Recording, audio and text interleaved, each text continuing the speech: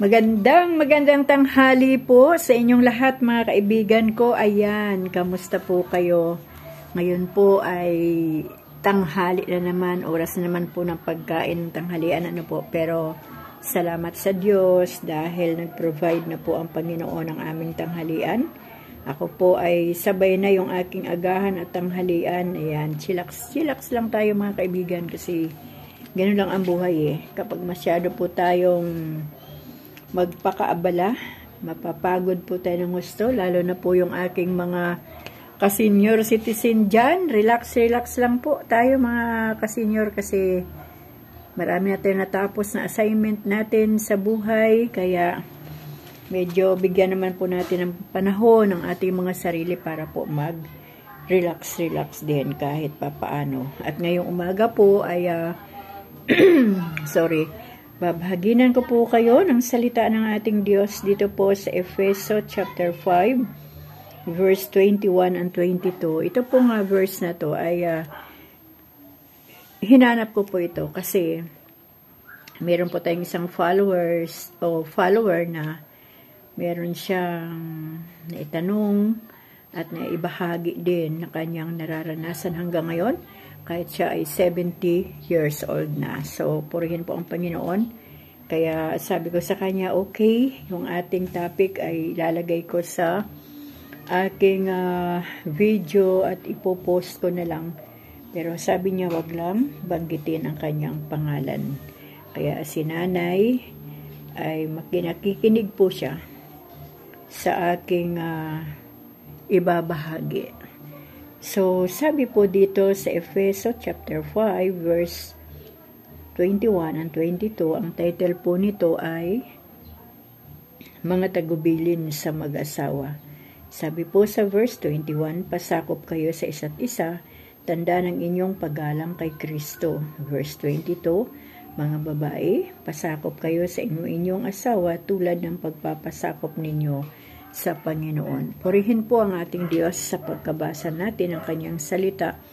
At ito po ay hindi lamang napapanahon, kundi bawat araw talaga ay dapat na marinig ng bawat mag-asawa ang bagay na to para maunawaan po ng bawat isa. Lalo na po yung mga mag-asawa na walang tamang relasyon at totoong pananampalataya sa Diyos. Kasi dalawang klase lang mga kaibigan ang uri ng mag-asawa. Isang mag-asawa na bagamat kasal pero walang tamang relasyon at walang tamang o totoong pananampalataya sa Diyos, at ang isang mag-asawa na intact ang kanilang relasyon at pananampalataya sa Diyos. So unahin po natin yung mag-asawa na intact o kumbaga tama ang relasyon at pananampalataya sa Diyos. Ito po yung nakikita ako na pagpapala sa buhay ng mag-asawa na bago man sila mag-asawa ay pareho na silang may tamang relasyon at totoong pananampalataya sa Diyos. Kaya dito po nakikita na walang gaanong problema, o kung mayroon mang konting problema, madali pong masolusyonan at madaling mapagkasunduan. Bakit? Kasi ang mag-asawang may tamang relasyon at tamang pananampalataya sa Diyos, ito po yung nakakaranas ng tamang pagpapasakop sa isa't isa. So kapag nagpasakop ang babaeng asawa at ang lalaking asawa sa isa't isa, andun po yung tinatawag na totoong pagmamahal, na talagang ang lahat ng kanilang ginagawa ay inaalay nila sa Panginoon. Kumbaga, kasali lagi ang Diyos sa buhay nila. Andoon po yung respeto, andoon po yung pangunawa, andoon po yung pagpapahinuhod, at andoon po yung maayos at masaya, magandang samahan. So, ibig sabihin, kapag ang mag-asawa ay tama ang relasyon sa Panginoon at may totoong pananalig sa Diyos at nabubuhay ng naaayon sa kalooban ng Diyos at isinasapamuhay ang salita ng Diyos, wala pong gaanong problema. Kumbaga, madaling magkasundo, madaling magkaisa kasi ang mag-asawang pareho na intact ang pananalig sa Diyos, magkasama po yung nananalangin, magkasama po yung sumasamba, kasama ng kanila ng mga supling. Kumbaga lahat ng ginagawa nila ay naka-tune in para sa Panginoon. Kasi ganun po yun Kapag ang isa't isa ay nagpapasakop, andun na po yung pagpapasakop din sa Diyos at paglilingkod na sa Diyos at pagmamahal na rin sa Diyos. So, dito po tayo sa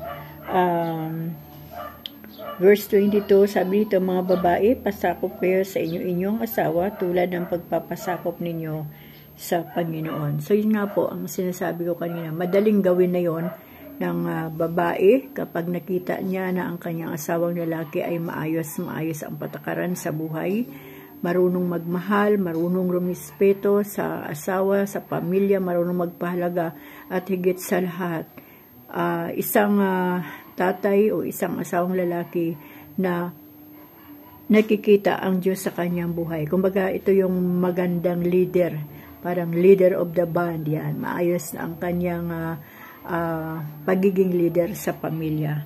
Kung meron mang problema, ang mag-asawang ganon, dalawa din silang lumuluhod sa Panginoon upang humingi ng tawad sa Diyos at ipanalangin sa Diyos ang sitwasyon na dumarating sa kanilang buhay. So, madali pong madaling masolusyonan kapag pareho ng damdamin ang mag-asawa.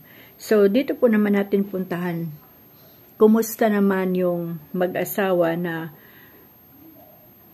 bagamat binasbasan sa kasal ng pwedeng pare, pwedeng ministro, pwedeng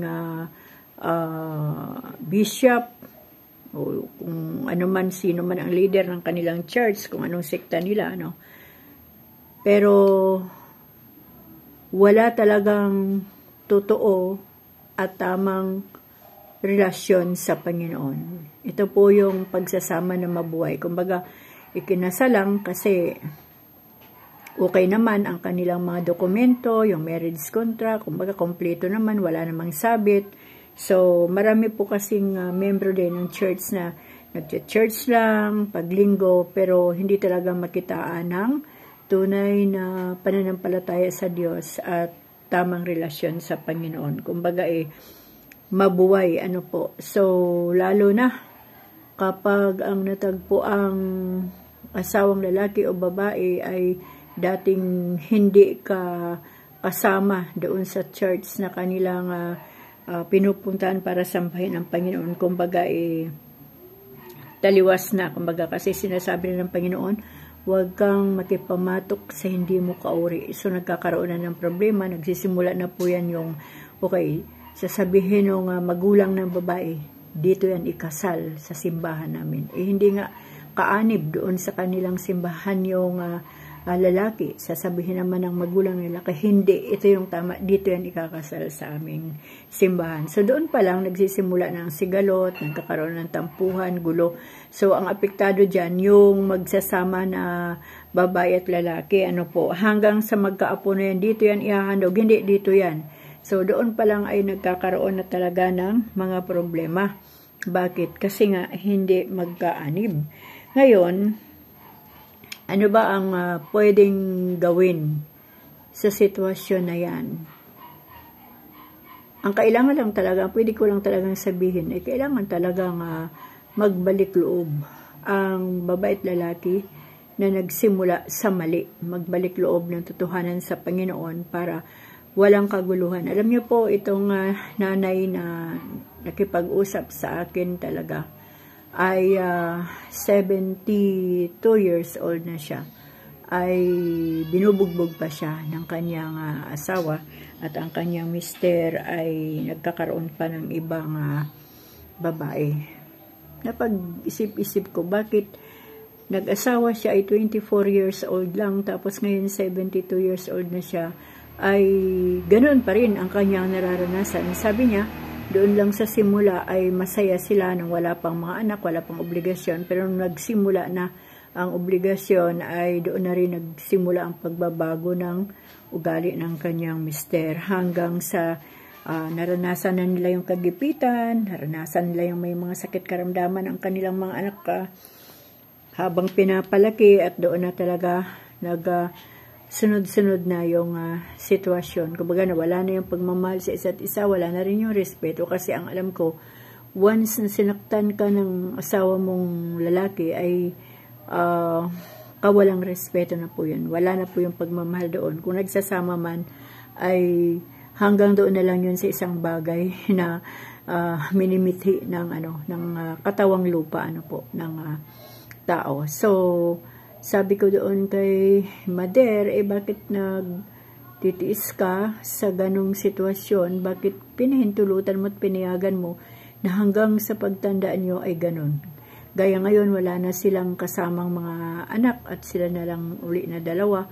So, ang lahat ng humahawak ng kanilang konting kabuhayan ay yung matandang lalaki, at kung umalis ng umaga, walang oras kung anong oras babalik sa gabi, at siya lang mag-isa sa bahay. So, parang ang tagal ng panahon na mula nung siya ay nag-asawa, mga ilang taon lang na maayos, tapos mula nun hanggang ngayon ay umiiyak pa din siya.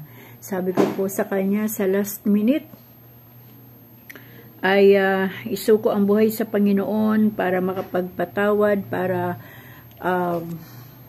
maunawaan kung bakit nangyari. Kasi minsan, may kasalanan din naman ang babae. Doon pa lang sa simula ay binibigyan na ng pagkakataon na saktan siya ng lalaki. Kahit siguro gaano pa kalaki ang kasalanan ng babae o pagkakamali o pagkukulang, ako para lang sa akin, walang karapatan sino mang lalaki nasaktan ang babae o yung babae man nasaktan ang lalaki. Kasi mga kaibigan, ganito yun ang babae at lalaki na nagkatagpo para magkaroon ng sariling pamilya, o magsama sila. Pareho na pong pinalaki ng mga magulang nila yan Yung babae, pinaghirapan na ng husto yan ng kanyang magulang, ganun din ang lalaki. Ngayon, kumbaga, pareho na silang may isip, pareho na silang malaki, minsan pareho ng mga may trabaho. Ano naman ang karapatan ng bawat isa? Nasaktan ang isa, lalo na ang mga lalaki, kasi alam niyo po, malalakas po yan ang mga bisig o kamay ng mga lalaki. Isang sapok lang yan sa babae, talagang iiyak na lang yan. So, sabi ko po doon kay Mader, kay nanay, meron din siyang bahagi na pagkakamali sa buhay niya, kasi binigyan niya ng pagkakataon ng napakahabang panahon na ganunin siya ng kanyang asawang lalaki. Imagine, pareho po sila ng edad Minsan may iuuwi pang babae na basta ganon, kadiri isipin, So, sabi ko sa kanya, kung ngayon ka pa hiwalay, parang it's too late na. Yung mga anak naman nila ay nagkaroon naman ng sobrang galit doon sa tatay, dahil ganun nga po ang nangyayari. At ang isa pang malungkot, open sa mga kababaihan yung tatay nila sa pagtulong, pero pagdating sa pamilya ay hindi. Tinanong ko po siya, saan ba nagsimula?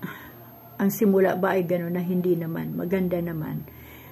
Siguro, sabi ko ay natukso lang talaga at nagpatuloy na nagpatukso hanggang sa lumalim na yung relasyon ng demonyo sa buhay ng kanyang asawa na kumbaga sunod-sunura na. Yan po ang kaibahan Sa mag-asawa na mananampalataya, meron pong self-control at ang Diyos po ang naglalayo sa kanila sa tukso ng kasalanan. Pero kapag ang isang babae o lalaki na wala talagang tama na pananampalataya sa Diyos at tamang relasyon sa Diyos, mabuhay po yan. Kumbaga mapusok, tawag dito pa, basta kumbaga madaling madaya ng kaaway, madaling matukso ng kasalanan. Yan po ang kaibahan ng anak ng Diyos at hindi anak ng Diyos. Dahil kapag hindi anak ng Diyos ang isang tao, kanino po bang anak yan? Di sa anak ng Diablo, dahil yung kanyang ginagawang ugali o karakter ay karakter ng dyablo at ang Diyos din po ang nagsasabi na ang nagpapatuloy sa paggawa ng kasamaan ay anak ng dyablo at ang nagpapatuloy sa paggawa ng kabutihan at pagsunod sa Panginoon ay anak ng Diyos. Ano po? So, sabi ko kay nanay, parang ang bigat kasi yung kanilang tatlong anak ay halos ayaw silang puntahan, halos ayaw batiin yung tatay dahil nga po sa ganong pangyayari. Sabi ko naman kay nanay, natiis mo na din naman ang napakahabang panahon. Imagine, 24 years old siya. Tapos ngayon ay 72. Medyo napakahabang panahon na po na pagtitiis. Di sabi ko, tiisin mo na lang hanggang sa dumating ang Panginoon o hanggang doon sa panahon ng kamatayan ng physical na katawan. Pero may oras pa, kaya buhay pa kayo kasi may oras pa. Kailangan pang maisuko ang buhay sa Panginoon at matutong magbasa ng salita ng Diyos. Kasi kung wala pong salita ng Diyos ang buhay, talaga pong maliligaw tayo mga kaibigan. Kaya ang lungkot po pag ganun. Ang lungkot po pag ganun kasi merong nagsasama na mag-asawa pero tahimik nga, pero may kanya-kanyang sama ng loob sa kalooban, ano po. At malungkot pong isipin yon, lalo na sa may mga edad na, tapos ganun pa rin, masyado pong relate sa akin yung mga pangyayari niyan. Dahil kung babalikan ko po ang pamilya na aking kinalakihan, halos ganun din. Pero salamat sa Diyos kasi sa amin na magkakapatid ay walang nagmanang ganun Lalo naman ako, hindi ko talaga papayagan na physical, saktan ako.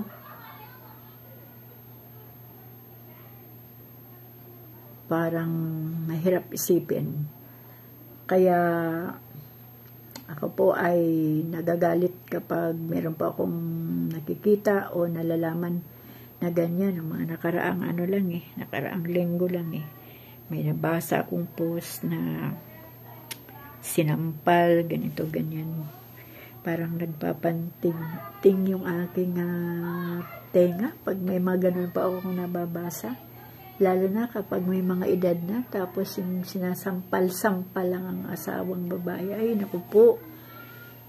At, ang hirap magsalita. Dahil, kung minsan, gusto mong tumulong, gusto mong ipagtanggol, pero yung mismong nasasaktan, yun ang hindi marunong magtanggol sa kanyang sarili. Para bang okay na, kahit saktan lang, basta wag lang mawala ng asawa. Kaya alam niyo mga kaibigan, nung araw ito pong bahay namin sabi nung kapatid ko, dapat pala nagpagawa ka na ng kwarto dito for counseling kasi hindi ko po alam kung bakit ganun din naman talaga ang nangyayari na pag may mga problema ang mga kasamahan sa church, o mga kapatiran o kapitbahay, kakilala, ay dito sa akin pumupunta at humihingi ng advice. Pero pagdating po sa problema ng mag-asawa ay isa lang po ang tanong ko dyan. Kasi ayoko pong mag-advise, baka mali. Sinasabi ko po na, okay, isang tanong lang, kaya mo bang mabuhay na walang lalaki? Kaya mo bang mabuhay na walang asawa? Siyempre, ang sagot po, hindi. O, di wala natin pag-uusapan. Umuwi ka na, pahirin mo na yung luha mo, gamutin mo yung black eye mo, at umuwi ka na at magpa-black eye ka uli kasi kung paulit-ulit na lang na ginagawa ng asawa mo yan sa'yo, ay hanggat hindi yan ma-born again o hindi yan makapagsuko ng kanyang buhay sa Panginoon, ay magpapatuloy yan. Kaya dapat mga kababaihan, lalo na mga kabataan ngayon na nagsisimula pa lang na magpamilya, huwag niyong ibuhos ng 100% ang inyong pagmamahal sa inyong mga asawa. Kasi tandaan po natin palagi, ang pag-ibig lamang ng Diyos ang totoo, 100% na may katapatan. Pero ang pagmamahal, pag-ibig ng asawa, magulang, anak, kamag-anak, kaibigan, madali pong kumupas yan kapag may mga sitwasyon po na nangyayari po. So, para hindi po mag-aning-aning ang isang asawang babae o kahit man ang lalaki, 50-50 lang. Iba po yung ating pagmamahal sa Diyos, iba rin yung pagmamahal natin sa ating mga anak, iba rin yung uri ng pagmamahal natin sa ating mga magulang, iba rin yung pagmamahal natin sa ating mga asawa. Abay, magtira po tayo para sa ating sarili. Baka ibinigay na natin lahat sa asawa yung pagmamahal, ang 100%, wala ka nang itinira sa sarili mo. Kapag nasaktan ka, hindi man physically o emotionally man yan, baka mag-aning-aning ka, o di po ba? Kaya, yan mga kaibigan, ang magkakaiba na sitwasyon ng mag-asawang nasa Panginoon at mag-asawang nasa papel lang. Ibig sabihin, walang self-control, kung ano yung gusto gagawin, kasi talaga namang dadaan po ang mag-asawa sa sitwasyon na mahirap. May mga asawang lalaki na hindi maiwasan ang mga barkada, hindi mapahindian. So, nandyan po yung magkipag-inuman, malasing, kapag sinita ng asawang babae, nagagalit, manununtok, mananakit, o di, kung matapang din naman ang babae, o di, ispadahan na. Kumbaga, kawawa ang number 1 doon na apektado. Walang iba kundi ang kanilang mga anak. At kung magkapanakita na, talagang sumobra na yung sakit ng emosyon, andoong aalis ang lalaki, tapos aalis din ang babae, yung mga anak doon ang apektado, ang kawawa ng mga anak na wala namang ginawang kasalanan yung mga anak kung bakit nila nagagawa yun. At ako po yung nagkagalit sa ganoon. Alam niyo po mga kaibigan, di bali nang lumayas ang asawang lalaki, wag lang yung nanay. Kasi iba talaga po kapag may nanay sa pamilya. Pero kapag ang nanay nang umalis sa pamilya, ay, wasak na po yan. Wasak na po yan. So, kailangan talaga mga nanay, ang advice ko lang, magpakalapit po sa Panginoon at ipanalangin lagi ang pamilya at iwasan yung mga bagay na makakapagbigay ng kabigatan sa puso't damdamin ng isang asawa. Sabi ko nga pag nasa loob ng pamamahay ang asawang babae o asawang lalaki, iyo yan. Pero pag lumabas na ng tarangkahan yan, ipanalangin mo na, ibigay mo na sa Diyos yan dahil hindi na ikaw ang may control ng buhay ng iyong asawa. Kumbaga, wala ka doon sa eksena kung anong kanyang ginagawa sa buong maghapon. Kaya, ibigay mo na sa Diyos at hayaan mo na ang Diyos ang mag-control kung ano man ang kanyang trabaho o ginagawa maghapon. Yan din po ang sinasabi ko dito kay nanay na, ilang panahon na lang ay mawawala na kayo sa mundo tapos hindi niyo man lang maranasan yung kaligayahan. Ngayon, kung may oras pa dahil 72 years old pa lang din naman, kung bigyan pa ng Panginoon ng 1 taon, 2 taon, 3 taon, baka may pagbabago pa sa buhay nila ng kanyang asawang sobrang napakabait talaga, grabe. Nananakit ng asawa kahit matanda na. So, yun lang. Ang solusyon dyan is Christ is the answer. Diyos lang talaga ang solusyon para magkaroon ng payapa, masaya, matatag na pamilya. Kailangan si Kristo ang sentro ng pagsasama ng mag-asawa at sentro ng pamilya. Wala naman pong iba talaga Alam niyo po, pag maraming ang pera ang mag-asawa, nagkakagulo Madalas mag-away. Pag wala ring pera, nag-aaway din. Pag maunlad ang buhay, nag-aaway din. Pag hindi maunlad, nag-aaway din. Yan po ang karakter ng wala sa Panginoon. Pero kapag ang mag-asawa na nasa Diyos, kapag walang pera, masaya. Kapag may pera, masaya din. Kapag kaunti, masaya din. Kapag marami, masaya din. Ganun lang. Masaya lang, pero hindi nasisira ang relasyon ng dahil sa mga material na bagay, kundi ang mas pinakamalaga ay ang Diyos na siyang may tangan at may control ng relasyon ng mag-asawa. Kaya mga kabataan, o kaya mga kasenyor, o kaya mga nanay dyan na makakarinig nitong aking video, wag niyo namang hayaan na binubugbog kayo ng inyong asawa. Alam niyo po, kumukulo po yung aking dugo pag nakakarinig po ako at nakakakita ng mga ganyang eksena kasi nga po, lumaki po ako sa pamilya na ganyan noong mga panahon na hindi pa rin naman po born again ang aking mga magulang hanggang sa kinalakihan na lang namin, hanggang sa ako'y nagkaroon na ng pamilya ay talaga naman, kung mag-ispadahan sila walang humpay, walang oras, walang araw, hating gabi, madaling araw, tanghaling tapat, umaga, sus, kumbaga bawat minuto na magkasalubong sila ay ispadahan agad dyan, ispadahan ng bibig, ispadahan ng kamay at kung ano-ano pa. Kaya ako po ay nagagalit sa ganun. Kaya inilagay ko po sa sarili ko, sa isip ko talaga buong buhay ko na hindi mangyayari sa buhay ko yung ganyang eksena na aking kinagisnan. Hindi ko hayaan na ako ay alipinin ng tao na aking sinamahan at binigyan ng aking sarili o ng aking pagkatao. Tapos gaganunin ka. Ay, di bali na na walang asawa pag ganun, na yung gawin kang pansimbag, ay sus, Ginoo ko. Kaya sa inyo na mga may pamilya dyan, lalo na mga kabataan pa ngayon na dumadaan pa sa proseso ng pag-aasawa, ay magbalik loob na sa Panginoon kung wala pang tamang relasyon at tamang pananampalataya sa Diyos. Sumuko sa Panginoon para ang Diyos ang siyang mag-guide, ang gagabay sa buhay ng mag-asawa. At idip din sa salita ng Diyos ang mga anak upang sa ganon, kung meron mang espiritu ang magulang na ganon na nananakit, ay mawala ito sa mga anak. At hindi na gagawin ng mga anak sa kanilang magiging pamilya sa mga darating na panahon. Ano po?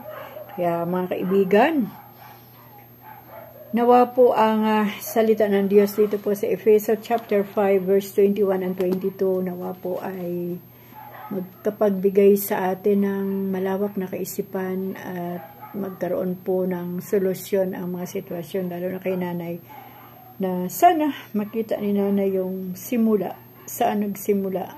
Kumbaga unang natanggap ay sampal, pangalawang natanggap ay tadyak, may suntok, meron pang babato ng kung anong mga gamit.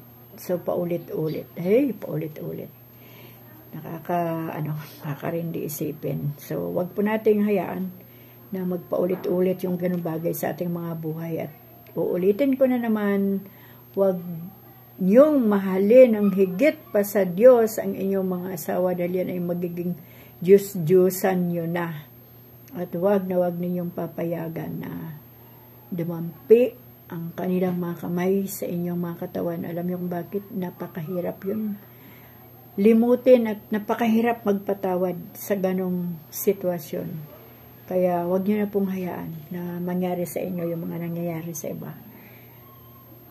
Mahalin ang sarili, yung 50% na natitira sa sarili mo. Iyo yun.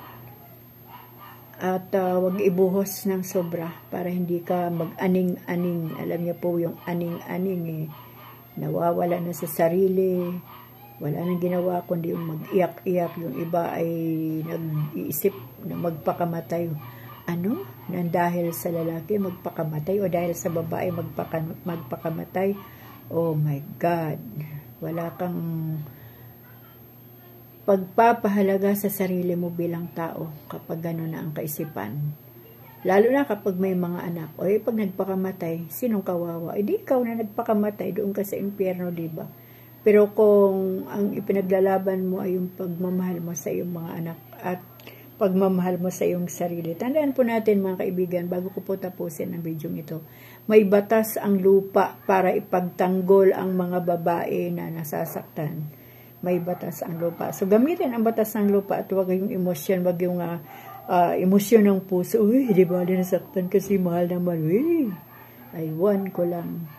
So, yun. Kailangan magkaroon ng tamang relasyon sa Panginoon at tamang pananampalataya sa Diyos upang sa ganon, hindi mangyari yung mga bagay na nangyayari sa panahong ito. Kailangan ng pamilya ang Diyos. Yun lang po ang solusyon. Ang Diyos lang ang solusyon sa pamilya para maging maayos, maganda, at magkaroon ng kaligtasan ang buong sambahayan hanggang sa makarating at makauwi sa kaharian ng ating Panginoon. So hanggang dito na lang mga kaibigan ang aking video. Maraming salamat po sa inyo at doon sa nanay natin na nag-open ang kanyang problema, Nay. Mag-pray lang po kayo at magbasa ng salita ng Diyos. Babahagi na namin kayo ng salita ng Panginoon. Wag po kayong mag-aalala. Nandito lang po ang aming mga panalangin. Salamat po sa ating Diyos sa araw na to. Purihin po ang ating Panginoon. Pagpalain po tayong lahat. Pagpalain ang bawat pamilya. Pagpalain ng Diyos ang bawat relasyon ng mag-asawa. In Jesus' mighty name I pray. Amen.